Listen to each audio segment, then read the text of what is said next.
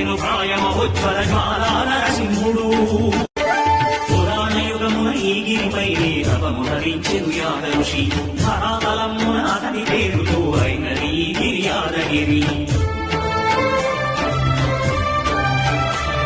ఈ గుహలో వెలసెను ప్రాయమహోజ్వల జ్వాలా నరసింహుడు పురాణయుగమున ఈ గిరిపై